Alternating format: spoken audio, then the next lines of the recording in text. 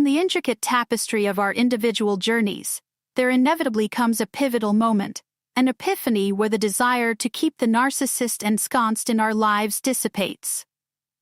Presently, collectively, we stand at such a juncture, propelled here by unmistakable signals from the cosmos and the ethereal forces above, elucidating the toxicity cloaking the individual who denigrated our being and perhaps besmirched our reputation.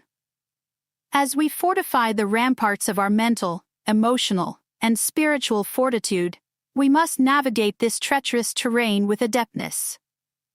Our steadfast commitment to the strategy of non-engagement serves as the bulwark, purging the vestiges of longing for their return. Hence, when the tempest of their potential resurgence churns the dust, revealing their faltering confidence in reconnecting, it becomes imperative to unveil their true nature. Release the tether of self-awareness, acknowledging their egocentrism, and assert your disinterest unequivocally. Offer them the opportunity to seek other prey, for your garden of apathy now flourishes abundantly. Articulate your stance with words judiciously chosen to penetrate their defenses. Though I advocate against cruelty, honesty demands that they confront the verity, shattering their fallacious beliefs, inducing a disconcerting tremor. Yet, exercise caution, refraining from excessive verbal vitriol. This resounding admonition serves as the thunderclap of reality, rupturing the bubble of their delusions. In the aftermath of discarding their victims, narcissists wander aimlessly, ensnared by their own falsehoods, oblivious to their uncertain future, their reticence betraying a misguided assumption of your latent desire for their return. The time is ripe for unanimity, to declare, no more, narcissist, I reject you unequivocally. Our paths shall never intersect anew in the realm of reality, you hold no ingress to my domain. The denouement of our clandestine discourse is hereby inscribed. Now, let us turn our gaze to the unrelenting scrutiny. In the narcissist's domain, every aspect was scrutinized with meticulous precision. Their virtual presence, encompassing their activities across social media platforms, was subject to relentless surveillance. It was eerie, as if they possessed an uncanny ability to commune telepathically, discerning the thoughts of their targets. Their Machiavellian machinations left indelible imprints, emblematic of their perverse game. One notable instance featured a seemingly insignificant trinket bestowed as a gift. Though of nominal value, the narcissist wielded it as a pawn in their sinister stratagem, deriving sadistic pleasure from belittling and ridiculing others. Their conduct bespoke a twisted euphoria. And their faces lit up with confusion when they realized that the target had no plans to let the narcissist back into their life. To be allowed to go back, they had to go through a huge amount of change to fix their bad behavior. After that, the target called out the narcissist in public, showing how dishonest they were, and charges flew. When the target started dating through an app and found the narcissist secretly watching in their profile, an alarm went off to let them know the narcissist had broken in. Even the choice of profile picture was planned and meant to make you feel uneasy, a clear sign of how constantly alert the narcissist is. They are now on a very thin ledge because they have ruined their target's image and done things that can't be forgiven. Still, the desire for the target's return is still there, and their Hoover moves are still strong and bright. Third, the start of freedom. At some point in every journey, there is a point of unwavering strength and importance that rings with the freedom of understanding that they are no longer welcome to shape the course of your life. Our inner voices finally say, I no longer yearn for their return after following their accents for days, months, or even years. It makes us feel alive and gives us more energy for all the time we spent staring into what seemed like an endless nothingness, trying to bring their presence back to life and fix our strong desire for it. Now, though, that longing has gone away like morning fog under the soft touch of dawn. I trust that the universe or a higher force will lead me in the right direction.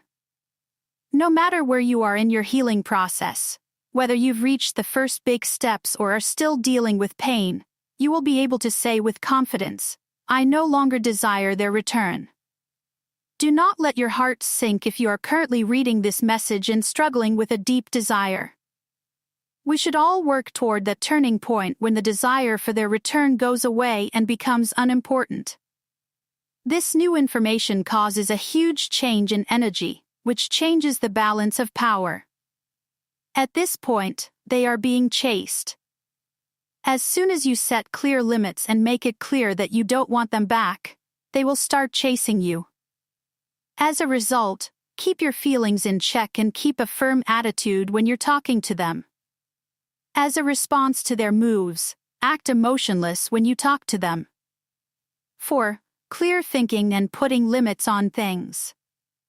You might be filled with insults that show how disappointed and angry you are, making you want to say things like, "How stupid I was to waste time chasing your shadows.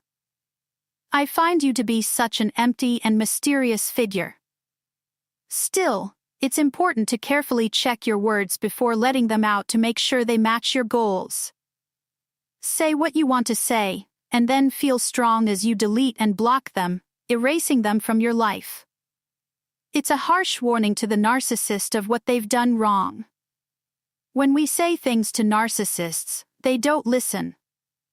This makes our shared understanding stronger.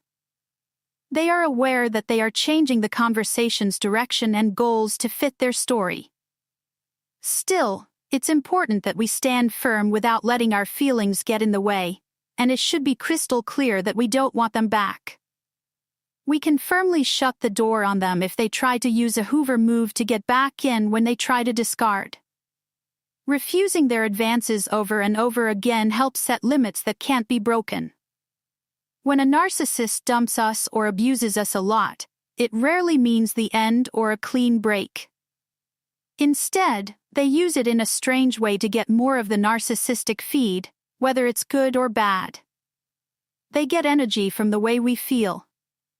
Because of this, a strong statement is our response, making it very clear that they are not wanted in our lives. 5. Going back to the past. In cases where you and the narcissist have a past of having children together, this is especially important. Setting clear limits is very important when using the gray rock method. Make sure that the only thing that can be talked about is the kid's health and wants. Make it clear that you don't want to have any other kind of conversation. It could be something like, "Unless it's about our kids, let's not talk about anything else." "I have no desire for unrelated conversations," sets the rules and makes it hard for Hoover to get away with things. Set limits for yourself and be strong. This move is as strong as throwing away a card. In order to face a narcissist and bring their past actions to light, this is an important part of the plan. They need to be made very aware of all the pain and suffering they've caused. This important step in the healing process gives you the tools you need to set limits and say what you need. Narcissists often use aggressive and engulfing Hoover methods, which makes it hard to find them and deal with them in real time. Because of your route, stay alert and be careful. There's a good chance you'll come across a Hoover attempt. If you didn't respond, you may have hit them in the selfish ego and hurt it. It is important to consistently and firmly fight back against the narcissist. The goal of this method is to give them a hard blow to their narcissistic pride, leaving them and their new narcissistic sources stuck in their dysfunctional maze. No matter how much they want to stay in this crazy world, you have to firmly shut the doors to your life on them. Making this choice has a lot of weight and is another freeing step on our path to healing and self-love. Whenever the narcissist realizes that you are no longer the key to their life, they become more aware of what that means. As the smoke clears, they can see that their efforts were pointless. This realization changes the situation and sparks a new quest. When they pay attention to you again, it's a very big step toward healing and a big blow to their selfish ego. It is thought that causing these cuts, even if you are not aware of it, is important for your healing. Don't worry, a quick look in the mirror of the past will show that you have, in fact, left a clear trail of these wounds. Do not doubt that you have done your part. Thank you from the bottom of my heart for taking the time to read this stream of thoughts. Please hit the like button and subscribe to this station if you found it interesting. Soon, your screen will show you more sources of information and knowledge. I hope the recovery process goes well until we meet again.